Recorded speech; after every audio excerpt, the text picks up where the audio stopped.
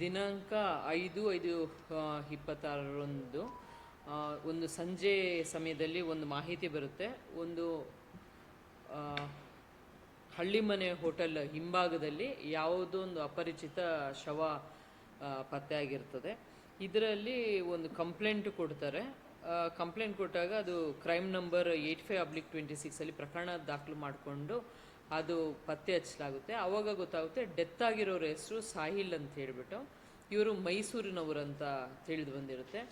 ಇದು ತನಿಖಾ ತಂಡವನ್ನು ರಚಿಸಿ ಇದು ಪತ್ತೆ ಆಗುತ್ತೆ. ಪ್ರಕರಣ ಪತ್ತೆ ಆದಾಗ ಇದು ತಿಳಿದು ಬರ್ತದೆ ಮರ್ಡರ್ ಮಾಡಿರೋರು ಸುಹೇಲ್ ಅಂತ ಹೇಳಿ. ಸುಹೇಲ್ ಅವರಿಗೆ ಏನು ಅಂದರೆ ಇವ್ರಿಗೆ ಸಾಹಿಲ್ ಅವ್ರ ಮೇಲೆ ಒಂದು ಸುಮಾರು 6 ಪ್ರಕರಣಗಳಿರುತ್ತೆ. ಅವರು ಸುಹೇಲ್ ಅವ್ರಿಗೆ ಮತ್ತು ಬೇರೆ ಎಲ್ಲರಿಗೂ ಸಹ ತೊಂದರೆ ಕೊಡ್ತಾ ಇರ್ತಾರೆ. ಹಫ್ತಾ ವಸೂಲಿ ಮಾಡೋದು ಆ ಥರ ಎಲ್ಲ ತೊಂದರೆ ಕೊಡ್ತಾ ಇರ್ತಾರೆ ಅಂತ ತಿಳಿದು ಬರ್ತದೆ. ಸುಹೇಲ್ ಅವ್ರಿಗೂ ಸಹ ಅವರು ಪ್ರಾಣ ಬೆದರಿಕೆಯನ್ನು ಹಾಕಿರ್ತಾರೆ ಸಾಹಿಲ್.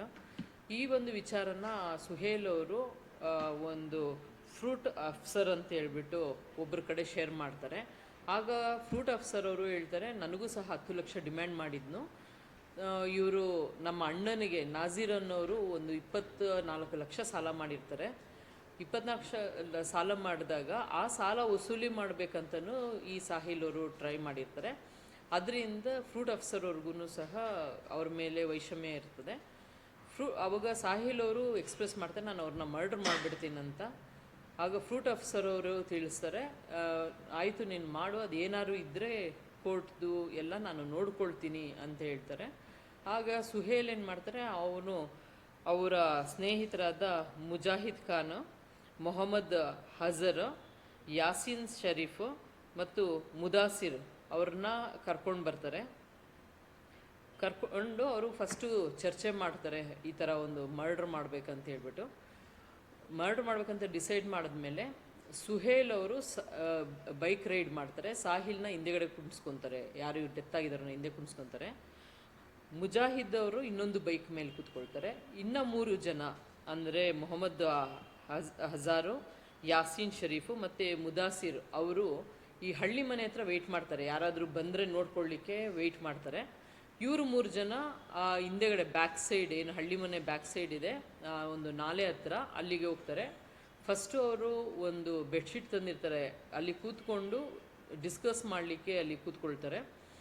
ತದನಂತರ ಯಾರು ಸಾಹಿಲ್ ಡಿಸೀಸ್ಡ್ ಇದ್ದಾರೆ, ಸತ್ತಿದ್ದಾರೆ, ಅವರು ಒಂದು ಇವ್ರಿಗೆ ಚುಚ್ಚಲಿಕ್ಕೆ ಒಂದು ಚಾಕುನ ತೆಗಿತಾರೆ. ಆ ಸಮಯದಲ್ಲಿ ಅವ್ರಿಗಿಂತ ಮುಂಚೆನೇ ಇವರೇ ಅಟ್ಯಾಕ್ ಮಾಡಿ ಅವ್ರನ್ನ ಮರ್ಡರ್ ಮಾಡಿರ್ತಾರಂತ ತಿಳಿದು ಬರ್ತದೆ. ತದನಂತರ ಇನ್ಸಿಡೆಂಟ್ ಎಲ್ಲ ಆದಮೇಲೆ ಇವರು ಮತ್ತೆ ವಾಪಸ್ಸು ಮೈಸೂರು ಕಡೆಗೆ ಹೋಗ್ತಾರೆ. ಮೈಸೂರು ಕಡೆಗೆ ಹೋಗ್ಬಿಟ್ಟು ಇನ್ಸಿಡೆಂಟ್ ಆಗಿದ ತಕ್ಷಣ ಫಸ್ಟ್ ಫೋನ್ ಮಾಡ್ತಾರೆ ಯಾರು ಫ್ರೂಟ್ ಅಫ್ಸರ್ ಅವ್ರಿಗೆ. ಫೋನ್ ಮಾಡಿದಾಗ ಅವರು ಹಿಂಗೆ ಮರ್ಡರ್ ಮಾಡಿದ್ದೀನಿ ಅಂತ ತಿಳಿಸ್ತಿದ್ದಂಗೆ ಅವ್ರು ಫೋನ್ ಕಟ್ ಮಾಡಿ ಸ್ವಿಚ್ ಆಫ್ ಮಾಡಿಬಿಡ್ತಾರೆ. ತದನಂತರ ಫ್ರೂಟ್ ಅಫ್ಸರ್ ಅವರ ಜೊತೆಯಲ್ಲಿ ಇನ್ನೊಬ್ಬ ಪರ್ಸನ್ ಇರ್ತಾನೆ, ಹುಡುಗ. ಆ ಹುಡುಗನಿಗೆ ಫೋನ್ ಮಾಡಿ ಫೋನ್ ಕೊಡ್ಲಿಕ್ಕೆ ಹೇಳ್ತಾರೆ.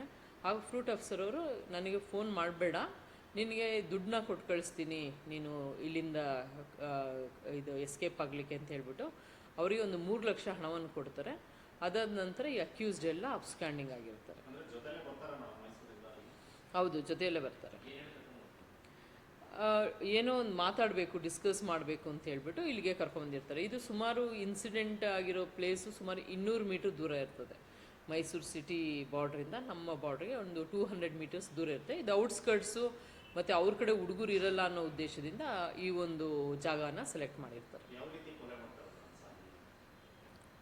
ಅದೇ ಫಸ್ಟು ಅವ್ರ ಮಾತುಕತೆಗೆ ಅಂತ ಹೇಳ್ಬಿಟ್ಟು ಒಂದು ಬೆಡ್ಶೀಟ್ ಹಾಸಿ ಕೂತ್ಕೊಳ್ತಾರೆ, ಡಿಸ್ಕಸ್ ಮಾಡ್ತಾ ಇರ್ತಾರೆ. ಡಿಸ್ಕಸ್ ಮಾಡ್ಬೇಕಾದ್ರೆ ಸಾಹಿಲ್ನು ಒಂದು 6 ಪ್ರಕರಣದಲ್ಲಿ ಭಾಗಿಯಾಗಿರ್ತಾರೆ. ಅವರು ರೌಡಿ ಶೀಟರ್ ಸಹ ಇರ್ತಾರೆ. ಅವರು ಇವರು ಸುಹೇಲ್ ಅವರು ಒಂದು 11 ಪ್ರಕರಣಗಳಲ್ಲಿ ಇರ್ತಾರೆ.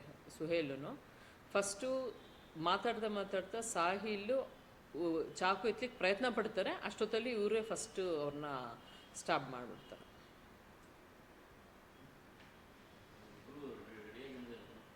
ಹಾಂ, ರೆಡಿಯಾಗಿ ಬಂದಿದೆ.